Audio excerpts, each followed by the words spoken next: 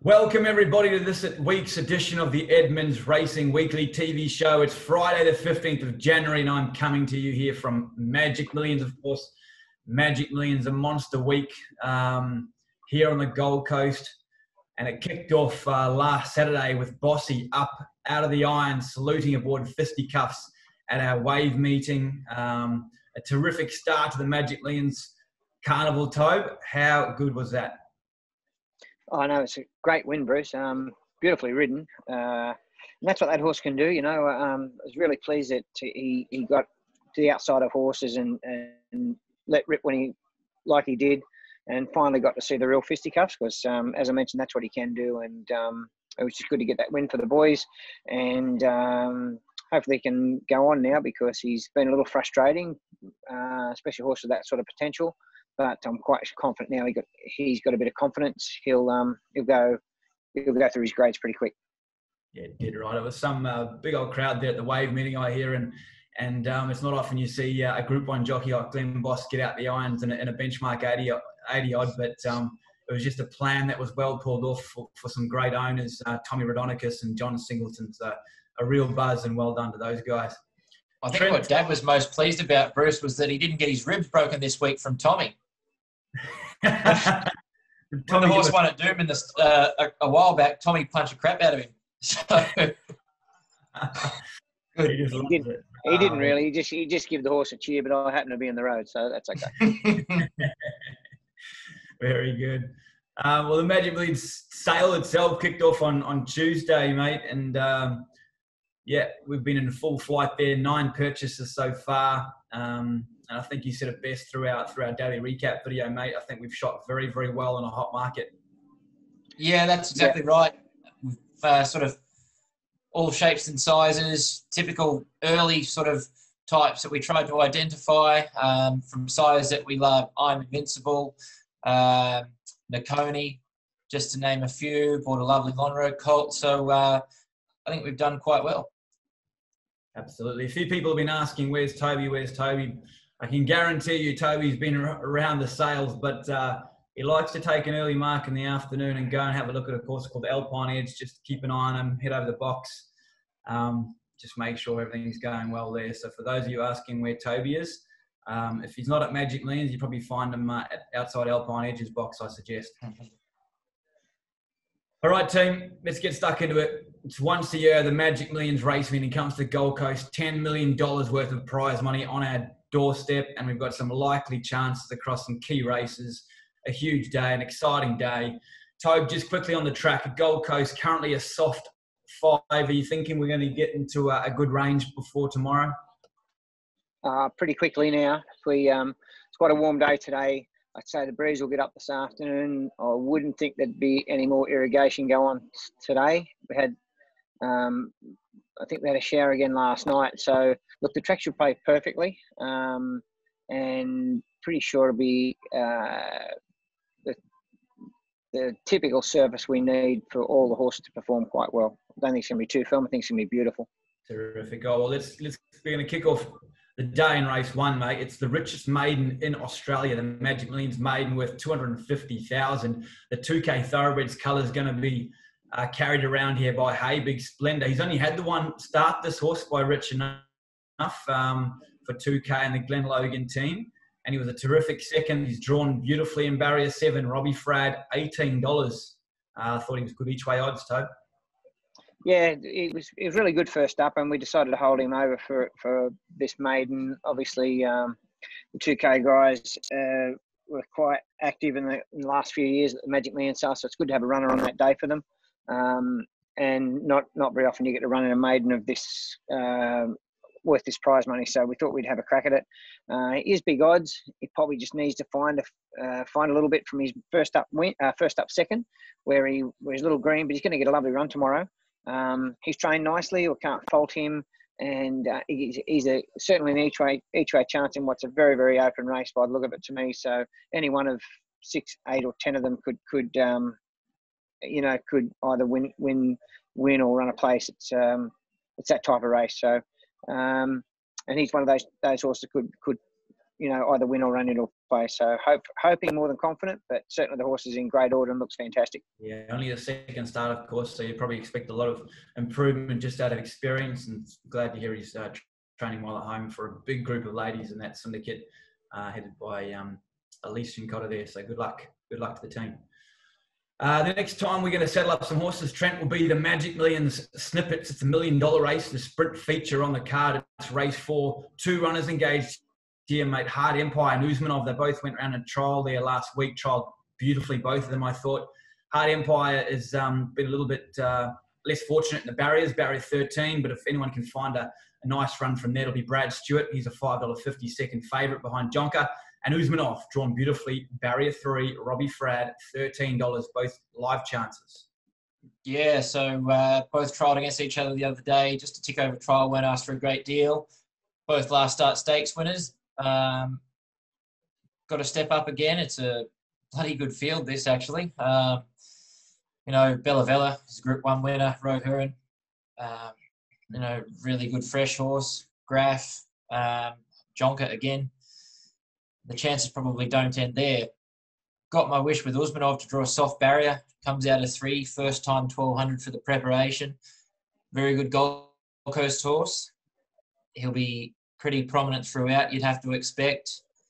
Hard Empire, going super. Trial looked probably a little bit maybe indifferent, purely for the fact that Jonker was pulling away from him a little bit on the line. I think race pressure is probably better for him rather than obviously the trials. He got out and got running the other day, which was quite a surprise. Won't be doing that tomorrow. He'll be midfield, a little bit further forward to midfield. Brad can find a spot and comes into about barrier 11, I think, and that'll just let him get down the middle of the track at the right time off what, to me, looks like a very solid speed. Both of these horses have been set for this race for a long time. And if we could pull it off with one of them, that'd be fantastic. But they go there at the peak of their powers and both ready to run the race of their life for some huge prize money. Yeah, terrific. Lovely to meet the owners of Hard Empire up here at the Gold Coast this week, Charles White and Gary and the guys from Tasmania. So nice to have them up here for the big one. They put a lot of trust in you guys to get this horse to this race, and he's here, and he's a $5.50 second favourite, so they just chuffed. And Usmanov, he carries the Darren Halpin colours, another big supporter of the stable. He's owned by a great group of owners there that are huge supporters, so very excited for them all. All right, the big one, Tobe, race 6. A race you've had a lot of, you've had runners in it every single year. It's your home track. It's the big one, the biggest one, the $2 million Magic Millions 2-year-old classic, of course. Hootson won it for you a few years ago. Alpine Edge rolls up a third favourite, and it looks like a real live chance from barrier 9 for Robbie Frad. Yeah, Bruce, look, obviously he's only had 2 starts or 2 wins. We've highlighted all the way along this horse will, improve with each run. I think we've seen that type of improvement that we need, as his figures aren't quite there for a race like this. If you dig into his form and his rating, he hasn't rated as highly as we would have liked, but I think back at home at the Gold Coast, I think you'll find he's improved enough now, and I'm pretty sure he'll have peak rating on Saturday, where we've got him as good as we can have him.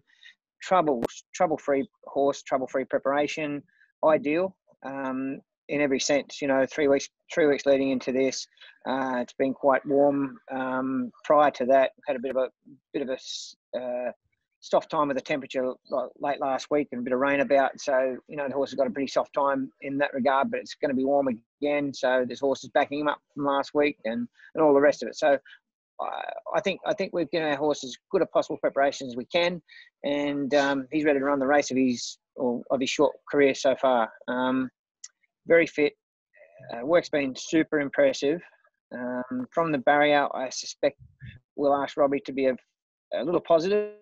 We don't want to be in the position we were last year, where we were a couple of pairs back with Wisdom of Water, where he just ran on nicely and probably was never going to catch a away game. But I think if Robbie's a little bit more positive this year, there's enough tempo and pressure to go on with it, and he'll be the horse finishing hard late. So I think he said he's third favourite, which is fine, and I'm very, very confident he's going to look the winner. And if certainly feel a hole, I'm very confident of that, and I'm pretty confident he can nearly win. Ooh. I don't know how we're going to sleep tonight, guys. I don't know how we're going to sleep tonight. That has got me fired right up. Very interesting race. I thought a lot of speed drawn outside them too, so it's going to be very interesting the first 400 metres of the race. Wow, I'm excited. Going to carry the Lucky Clover colours. Good luck to all the owners there with Alpine Edge. This is what we do it all for, guys, and I hope you enjoy the lead up and the big day. All right, team, that's the Gold Coast meeting done. Smart and Sexy, of course, won't run the Magic Millions 3-year-old Guineas. She's just got an eye ulcer and she'll recover from that and she'll be back better than ever. But we do have runners there at Ipswich on Saturday as well. Trent, Coat of Arms, Brocky and Nick the Skip. At this stage, they'll go around. Coat of Arms was very good, winning at the Gold Coast last time out. How do you expect him to back up that performance? Yeah, he was super the last time out at the Gold Coast. I know it was only 900 metres and there's only one turn, but he still raced on speed when around the middle of the track. I would suspect 9-horse field up to 1,200. You'd think he'd have to be quite prominent. The rail's out a couple of metres, so we won't be sort of trying to drag him back out of it. He'll roll forward and, obviously drawn barrier 3. He'd be right up there on speed.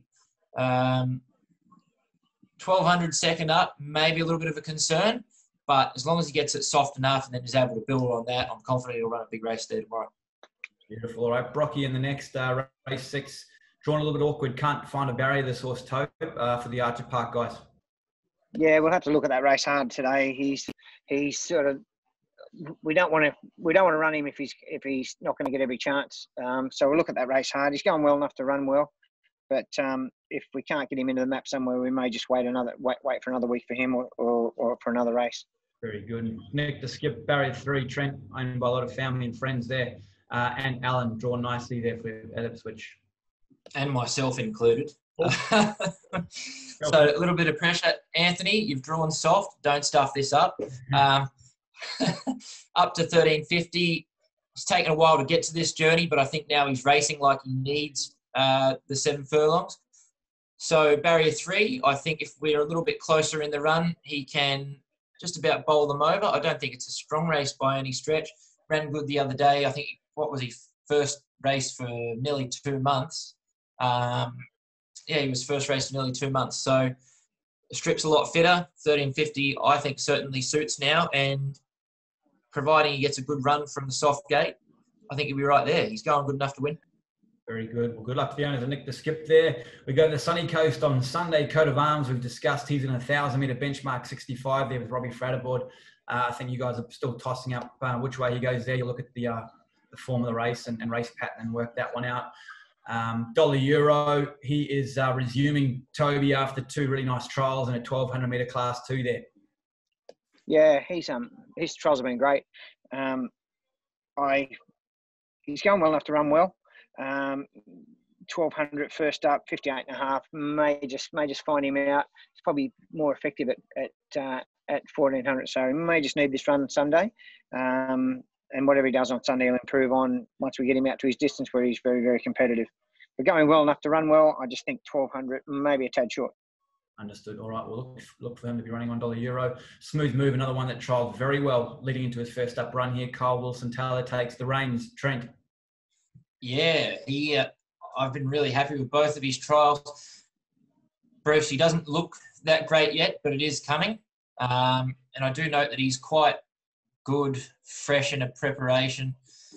And he's coming back in class a fair bit. I think he's raced a fair few times in Saturday grade, this bloke, and was quite unlucky. I remember before we got him one day at Eagle Farm, was quite unlucky not to win a Saturday race. So you'd think kicking him off in a class 2 on a Sunday at the Sunshine Coast should be right in the slot for him. Been ready with 2 really good trials. In particular, the last one I thought was super. If anything, just a little bit worried that he's because his coat doesn't look good, that's sort of dented my confidence a little bit. But he couldn't be going any better at home. I just wish he looked a little bit better. I'm sure it'll come after this run. If he knocks him off, all well and good. He's in for a great preparation, I feel. Very good. All right. Well, good luck to the Archer Park team there. I sense a little bit of confidence around Smooth moving where he might graduate to this preparation. All right, guys, that time of week, best bet of the weekend, please, Toby. Wow, tough weekend, to be fair. I suppose Hard Empire be hard to go past, I think, for us. He looks our best to me, especially at the Gold Coast. So I'm going to stick with Hard Empire.